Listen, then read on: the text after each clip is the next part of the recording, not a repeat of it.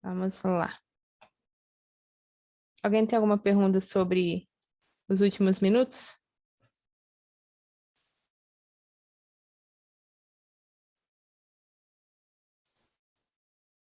Uhum.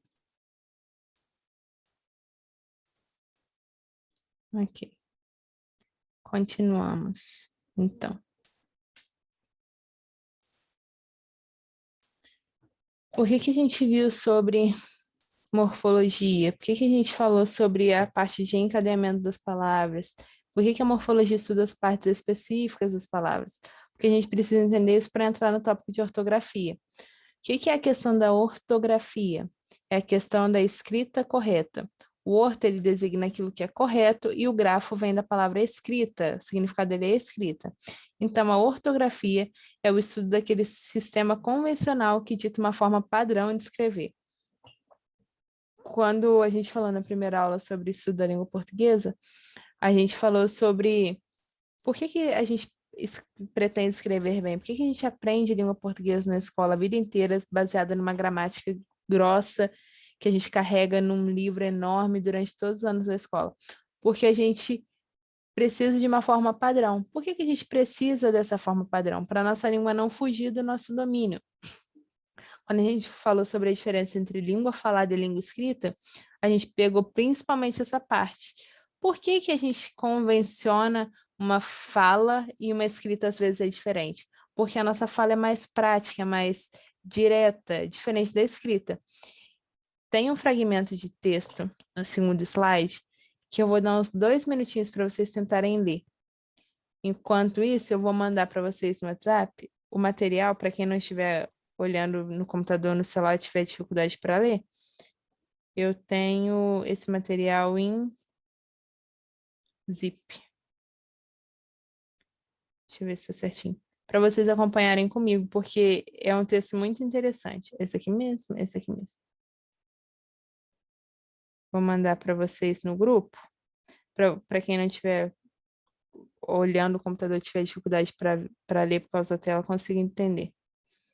Por que que esse fragmento de texto tá aí? Eu quero que vocês leiam, vou dar uns 3 minutinhos, para ver se vocês conseguem decifrar o sentido total desse texto, para a gente voltar e debater rapidinho, para a gente entender o porquê a gente vai estudar ortografia, o porquê que é necessário estudar ortografia.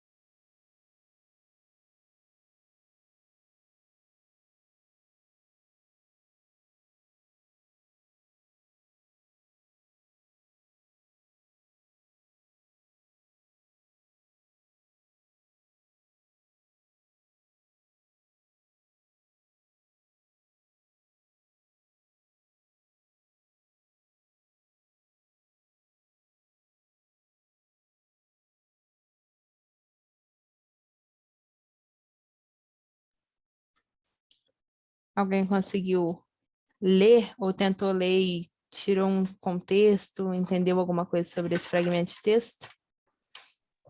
Eu acho que as palavras estão direcionadas com a forma que a gente pronuncia, mas tem algumas palavras também em espanhol. Mais alguém?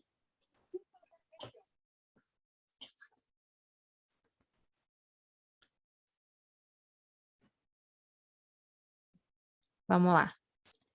Você fez uma observação muito coerente. Era isso que eu esperava de vocês.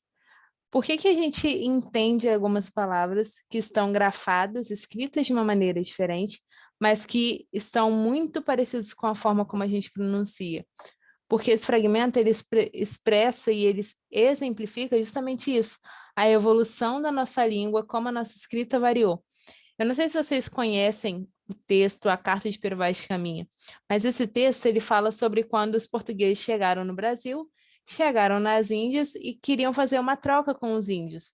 Talvez vocês conheçam a construção de pão e circo, panis et circenses. Sempre quando a gente tem uma questão eleitoral, quando é época de pandemia, e os políticos começam a bater no nosso portão pedindo voto, oferecendo coisas, a gente fala assim, tá achando que virou pão e circo? Por que que a gente denomina isso de panis et circenses? Porque isso foi muito comum na época da colonização. Os portugueses chegavam com alguma coisa que os índios não conheciam e tentavam trocar isso. Era uma questão de, no caso do texto, eu te dou um ouro, eu te dou um espelho, que é uma coisa que você não conhece, e você me dá a sua terra. Por quê? Porque a ideia era justamente essa, ter uma troca, de uma certa forma, que valorizasse mais os portugueses. Por quê? Se eles dessem alguma coisa que eles já conheciam, que eles já tinham um domínio, um castiçal, um espelho, um colar, eles conseguiriam uma terra, porque era essa troca que eles queriam. Por que que a gente está falando sobre isso? Porque a nossa língua evolui conforme evolui a nossa história. Nesse fragmento de texto, a gente tem aí a expressão o capitã. Hoje em dia, a gente grafaria o capitão com a o tio. Por quê? Porque a nossa ortografia evoluiu. A ortografia trata justamente disso. Fala sobre a parte de escrever, sobre a forma correta de escrever, mas só que numa representação adequada. Os fonemas, eles mudaram, não na oralidade, mas na escrita para ficar mais fácil.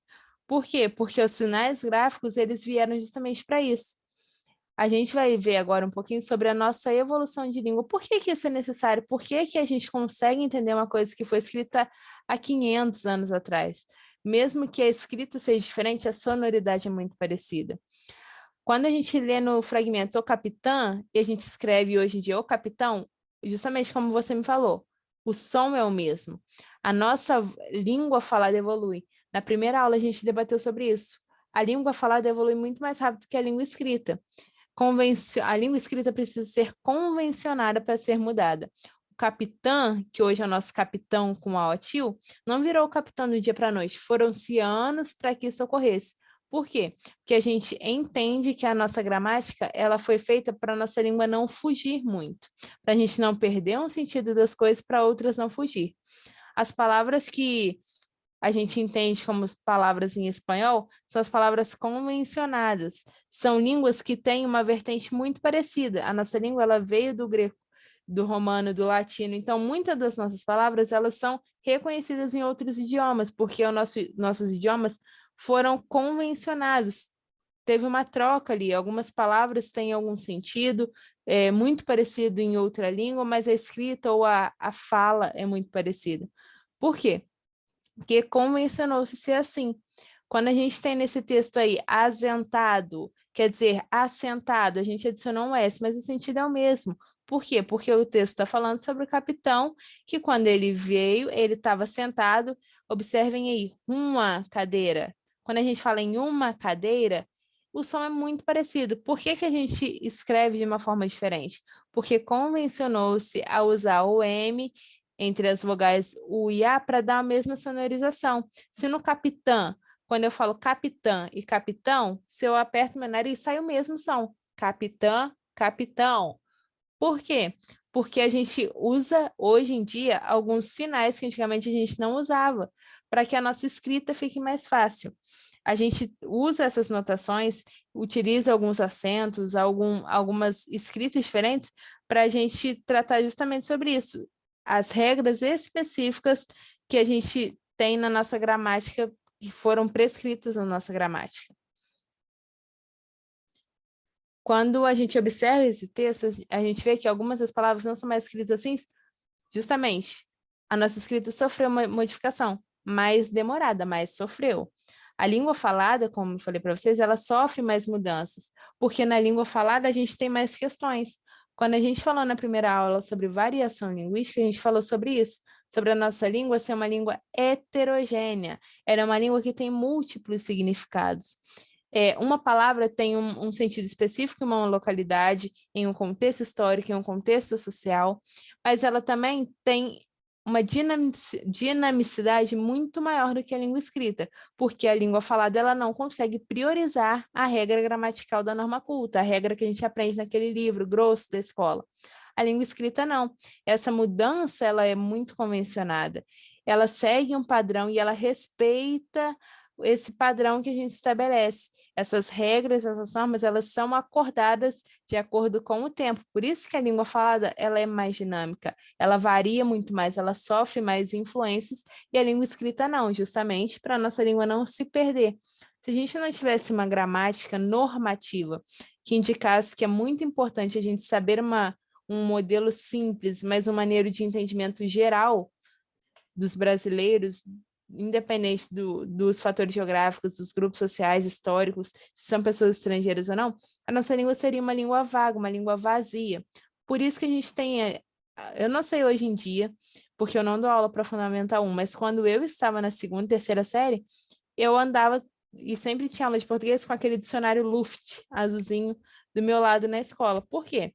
Porque a gente aprendia a ler o dicionário para ver essa importância. As palavras têm um sentido específico, porque ela convencionou ter aquele sentido específico.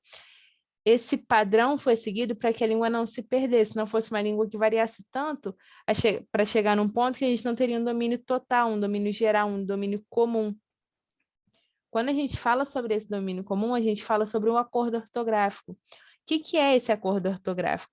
O acordo ortográfico é aquele acordo que quem tem menos de 20 anos provavelmente não viu essa parte do acordo ortográfico. Mas eu, quando entrei na escola, em 2001, aprendi a escrever e eu utilizava algumas pontuações, eu utilizava trema, e a partir de 2009 mudou. Por que mudou? Porque o novo acordo foi administrado, um novo acordo entrou em vigor. Esse acordo começou lá em 1911 em Portugal, e ele previa uma norma ortográfica, uma forma padrão dos países lusófonos de se escrever. O que são os países lusófonos? Os países de língua portuguesa. Essa norma que foi feita lá em 1911 em Portugal só chegou no Brasil em 43. E durante muitos anos, de 43 até 1990, a gente teve na nossa língua portuguesa do Brasil algumas tentativas de uniformização da língua para que ficasse mais fácil o entendimento da língua portuguesa nos países lusófonos. Só que de 1911 até 1943 foi um caminho muito grande.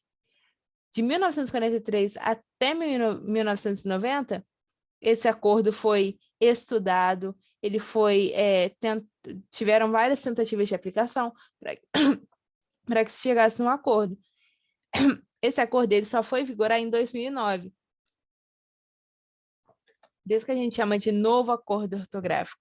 Quem aprendeu a escrever antes de 2009 provavelmente teve um bug na hora de reaprender a escrever, porque algumas palavras perderam acento, alguns acentos saíram do vocabulário, alguns acentos entraram, alguma coisa que mudou, alguma coisa que mudou, isso influenciou na nossa escrita. Por que a gente usa esse novo acordo ortográfico? Porque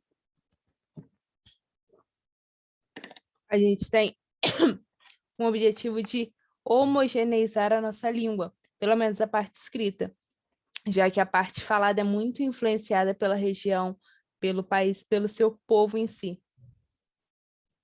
A gente fala sobre essa padronização como um sistema, e esse sistema é a parte que dita a forma padrão de se escrever. A ortografia, ela trata justamente dessa forma padrão e trata também das letras do alfabeto, da acentuação gráfica e da divisão das palavras. Essa padronização, ela existe justamente para isso, para que todos os usuários entendam o alfabeto como um sistema de representação gráfica de sinais sonoros. A parte da padronização gráfica, ela regulamenta a nossa parte escrita. A gente tem o estudo de morfologia, de fonologia e de etimologia, e todos eles estão presentes na ortografia. Por quê? A morfologia estuda a estrutura da palavra, a formação e a classificação dela. A gente tem a parte da fonologia, que é a parte que estuda o sistema sonoro, é a parte que estuda a imagem e acústica. O que é esse sistema sonoro, imagem e acústica? Sistema sonoro é tudo aquilo que a gente solta num respirar e ele é entendido de uma forma. O que é essa questão de signo, significante, imagem e acústica? Tudo aquilo que eu ouço tem um sentido convencionado, mas também tem um sentido figurado. Depende da construção, depende de quem ouve. Se eu falo para vocês agora manga, alguém vai imaginar provavelmente uma manga fruta, outra pessoa a manga de uma blusa. Por quê? É uma palavra que tem várias representações. Inserida num contexto, ela tem um sentido específico. A fonologia estuda justamente isso, essa parte do sistema sonoro, esse falar, como que a gente fala, a abertura vocal, a questão da padronização, da sonorização dentro da nossa boca, na nossa garganta, como que a gente exprime essa palavra, por que aprender uma língua báltica é muito diferente, por que a gente aprender uma língua nórdica é diferente, porque a fala deles é diferente, a expressão para se falar é muito diferente, por que a gente aprende inglês muito fácil? Porque a língua portuguesa é a língua que a gente tem mais variação. Então, a gente consegue adaptar a nossa língua para falar as palavras ou utilizar os fonemas que têm as letras dobradas. Por que a gente aprender a falar um francês ou um alemão é diferente? Porque a nossa função vocal, o nosso aparelho fonador não está preparado para aprender aquilo, é uma construção. A nossa fonologia trabalha isso. Por que é muito diferente e é muito difícil uma pessoa de um outro país aprender a língua portuguesa, especificadamente do Brasil? Porque a nossa língua é homogênea, a gente sempre bate nessa tecla. A nossa língua é uma língua de adaptação, é uma língua contextual, não é uma língua especificamente formada, gramaticalmente estabilizada num conceito. A nossa língua é uma língua que varia muito. Diferente do inglês, do espanhol, que são línguas mais convencionadas. Eles falam de uma maneira mais formal porque eles entendem que essa maneira formal, essa maneira padronizada é mais fácil para adquirir esse conhecimento, para adquirir essa língua, para conhecer essa língua. O português do Brasil, não. E a gente tem também a etimologia, que é a área que estuda a origem histórica de uma palavra. É a parte que explica o significado dessa palavra por meio da análise dos elementos que compõem. Lembra quando eu falei de advérbio? Eu expliquei o que significa o ad, eu expliquei o que significa o verbo. Por que a gente trabalha a etimologia? Porque a nossa língua não é uma língua majoritariamente feita aqui no Brasil. Não é a língua portuguesa que a gente conhece hoje. A nossa língua é uma língua que veio. A maioria das palavras que a gente conhece vem do latim, algumas outras vêm do grego, algumas outras vêm de estrangeirismos. Por que a gente trabalha a etimologia? Para a gente entender por que essa palavra foi adaptada no nosso vocabulário, qual o significado que ela tem, de uma maneira mais figurada, de uma maneira mais direta, e qual o significado que ela tem no contexto. Toda vez que a gente vai começar a estudar sobre a ortografia, a gente fala principalmente sobre divisão silábica, separação silábica. O que é? Segundo Segala, que é um gramático muito famoso e muito estudado, ele é base para muitos estudos de língua portuguesa, vocês já devem ter visto em escolas ou em bibliotecas um livro gigantesco, grossíssimo, escrito Segala bem grande. É um cara que estudou muito tempo para falar sobre a nossa gramática. E ele fala que o fonema é um grupo de fonemas emitidos num só impulso da voz, impulso expiratório. Toda sílaba, toda palavra que a gente fala, ela é um impulso expiratório.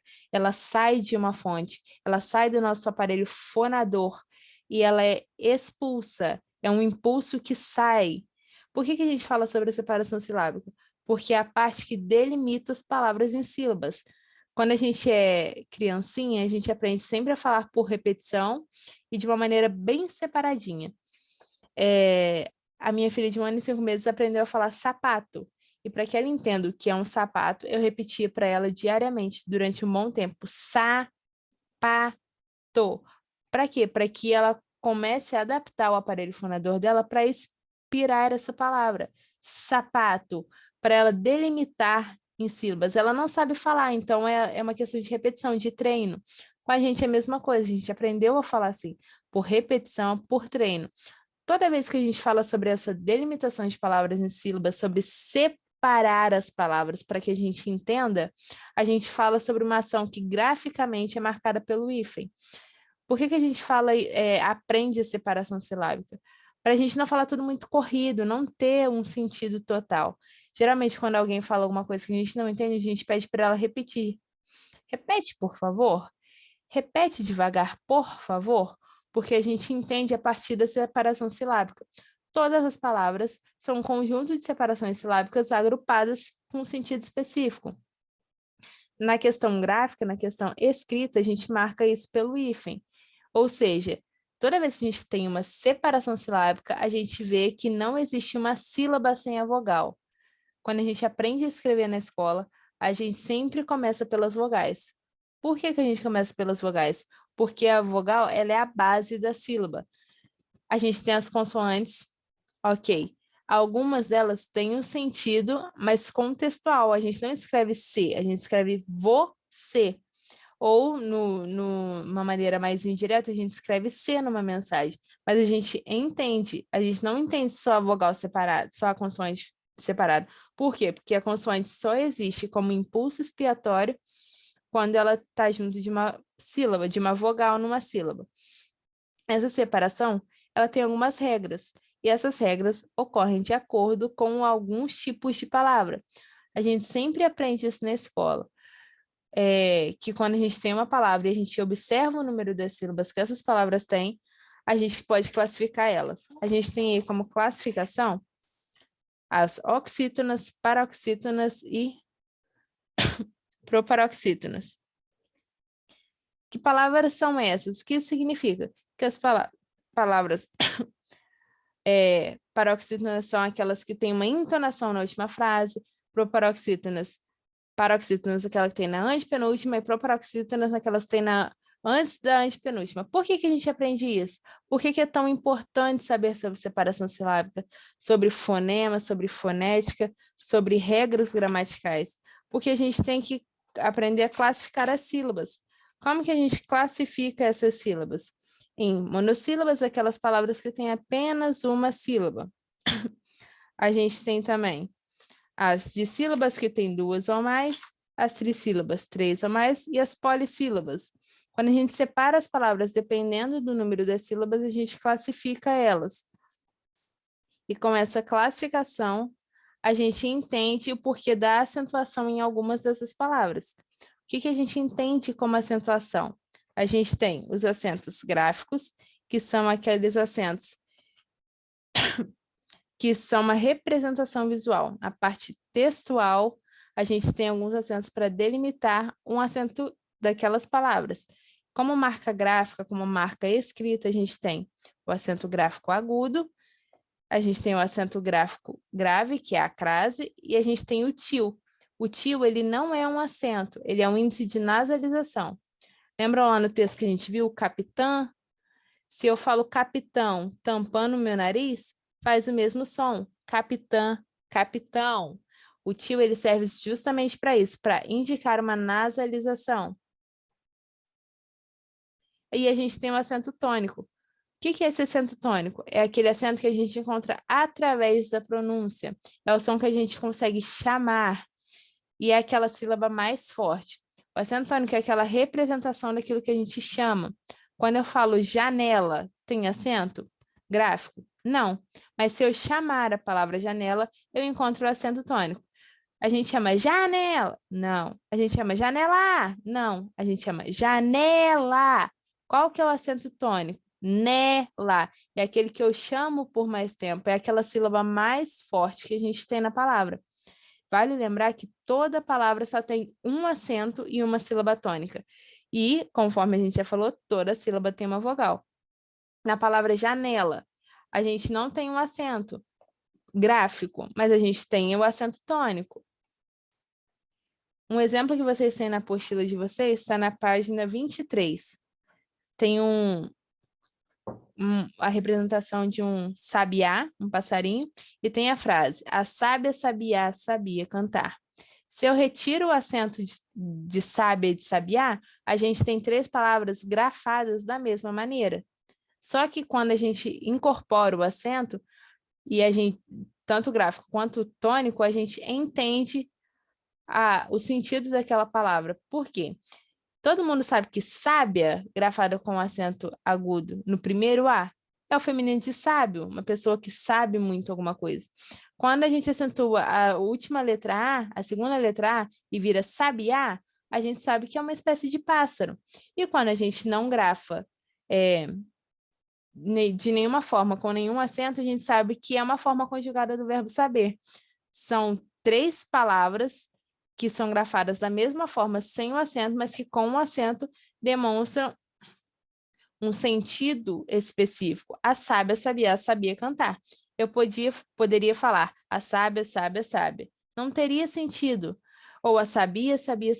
Não teria sentido. Por quê? Porque as palavras foram grafadas da mesma maneira. Mas com o acento a gente entende o contexto total, a gente entende o significado dessas 3 palavras, que são grafadas da mesma maneira, só que algumas com acentos em determinados lugares, outras não. E quando a gente separa essas sílabas quando tem intensidade, eu já expliquei para vocês, a gente fala sobre a posição da sílaba tônica, da sílaba que a gente chama. Se a sílaba que eu chamo é a última, contando de trás para frente, eu chamo de oxítona. Se é a penúltima, eu chamo de paroxítona. E se é a antepenúltima, é a proparoxítona. A gente tem aí algumas regras que foram instituídas no novo acordo ortográfico. A partir de 2009, a gente teve uma mudança na nossa grafia e algumas dessas palavras mudaram a acentuação. E aí a gente segue algumas regras hoje em dia. Na maioria das vezes, a gente segue essas regras sem perceber. Quem foi alfabetizado depois de 2009 ou quem pegou essa questão de mudança de grafia, de regras do novo acordo, também decorou algumas coisas, mesmo sem querer. Um exemplo que a gente tem aí é regra 1, para as oxítonas. A gente acentua as oxítonas que terminam em a, e, o, em, no singular ou no plural. Um exemplo que a gente tem é sofá, você, vovó, vovô, também. As palavras terminadas em a, e, o, em são acentuadas. A gente também acentua as oxítonas terminadas em ditongo aberto. El, ei, oi. A gente tem como exemplo chapéu, troféu, fiéis, herói, Niterói. E a gente também acentua as formas verbais com os pronomes lá e ló. A gente tem como exemplo formá-la, vendê-lo, trazê-lo, comprá-la. De paroxítonas, a gente tem algumas regras também. Uma delas são que a gente não acentua as paroxítonas que terminam em a, e, o, em. Se eu acentuo as oxítonas terminadas em a, e, o, em, eu não vou acentuar as paroxítonas terminadas em a, e, o, em. A gente também tem como exemplo aí plateia, debilóide, enjoo, não são mais acentuadas. Algumas das palavras que tinham letras dobradas, como enjoo, nuvem, voo, não são mais acentuadas. Por quê? Porque é uma regra das paroxítonas. A gente também tem aí como segunda regra que a gente não acentua as paroxítonas em que a sílaba forte é um ditongo aberto. Ei, oi. Heróico. Se lá no herói eu acentuo, quando eu falo sobre o ditongo aberto e a palavra sai do herói para heróico, quando eu vario essa palavra, eu não acentuo mais. Assembleia, Android, não tem mais acento. A gente também acentua as palavras paroxítonas terminadas em ditongo crescente ou decrescente. E a gente tem algumas palavras específicas que a gente acentua. Fácil, hífen, órfão. Lembrando que que o tio do órfão não é um acento, é um índice de nasalização. E a proparoxítona, que é a parte mais fácil dessas regras, meu computador está travando, é a parte onde a gente entende que todas são acentuadas. Todas as palavras que a sílaba tônica for a antepenúltima são acentuadas. Não tem regra para essa, justamente porque elas todas são acentuadas. A gente tem como exemplo na apostila de vocês, na página 24. Véspera, máximo, parábola, íntimo, lâmina. Todas as palavras que eu chamo e a antepenúltima sílaba, contando de trás para frente, for a sílaba tônica, elas são acentuadas. A gente classifica as palavras conforme o número de sílabas e a gente também tem aí a divisão silábica. O que é essa divisão silábica? É aquela parte da língua onde a gente... Cadê? Onde a gente separa as palavras, geralmente com um hífen, e a gente tem algumas observações sobre elas. Por quê? Porque a gente não separa os ditongos e tritongos. A gente também não separa os encontros consonantais que iniciam algumas palavras ou aqueles terminados em R ou L. Um exemplo é pneumonia, claridade, abraçadeira. Toda vez que a gente vai separar a palavra abraçadeira, a gente não separa abraçadeira, a gente separa abra. Se o som ele é emitido junto, a gente não pode separar. A gente também não separa os dígrafos. O que são os dígrafos? São aquelas palavras com CH, LH, NH, GU ou QU. Chave, baralho, banha.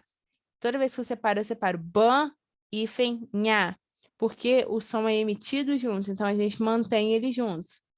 A gente também separa as vogais dos hiatos. Quando as palavras vêm e o som é emitido junto, mas numa separação eu consigo falar separado, a gente separa. O exemplo é juízes. O acento está no i. Os juízes eu consigo separar, não é juízes. Eu consigo separar juízes. A gente também separa as letras dos dígrafos. O que são dígrafos? São as palavras que têm um som dobrado, um som muito parecido. O exemplo que a gente tem é o RR, que é o R de arranhar a garganta, ferro.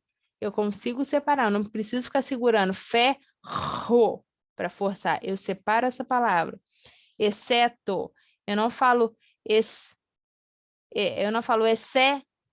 eu consigo separar. Exceto. Assinei, eu consigo separar. Assinei. Desço, a mesma coisa. E a gente tem também os encontros vocálicos. O que são os encontros vocálicos? São quando duas vogais, ou uma vogal e uma semivogal ocorrem juntas na mesma palavra, só que elas têm um som separado. O exemplo que a gente tem aí é o ditongo. O que é um ditongo? É o encontro de uma vogal com uma semivogal na mesma sílaba. Como exemplo que a gente tem, pai, peixe, azeite. São encontros vocálicos, são duas vogais lidas juntinhas ali. Mas elas podem ser lidas com o som separado. A gente tem o hiato, que é o encontro de duas vogais pronunciadas em sílabas separadas. País, saúde, poeta. A gente tem também o tritongo. O que é o tritongo? É o encontro de uma semivogal, uma vogal e uma semivogal. A gente tem como exemplo Uruguai, deságuem, saguão. Geralmente as palavras que têm GU ou QU são unidas e são um tritongo, porque é um encontro de uma semivogal, uma vogal e uma semivogal. Toda vez que a gente tem os hiatos com vogais repetidas, a gente não acentua. A gente tem aí Saara, Moca, voo, são Hiatos são duas vogais pronunciadas em sílabas separadas, mas que antigamente tinham acento e hoje não tem. Creem, enjoo, leem. A gente entende que essas palavras não precisam do acento, porque a gente consegue separar. Então, não precisa de índice de nasalização na separação ou de um sinal gráfico, porque a gente entende que o som delas é pronunciado junto, elas são escritas juntas, mas o som é pronunciado de uma maneira separada. Já deu 8h15, eu não vou ficar prendendo vocês aqui. Eu vou subir agora, eu vou gravar a primeira parte da primeira aula aqui. Eu não coloquei para gravar aqui. E eu vou subir para vocês na plataforma agora junto com o material. Eu mandei no grupo, vou subir o material também na plataforma. E na semana que vem eu vou trazer um exercíciozinho básico para a gente fazer uma parte mais prática dessa questão de ortografia e de pontuação. Ok? Ok. Ok. Tenha uma boa noite. Mil desculpas por não ter gravado a primeira parte da primeira aula, mas eu vou gravar agora e vou subir de uma vez para vocês não ficarem sem esse conteúdo, ok? Ok. Ok, Boa professora. noite, até semana que vem. Tenham um bom descanso. Boa noite. professora. E alguém já tá dormindo aí. Vou ouvir, hein? Tchau, tchau, gente. Tá.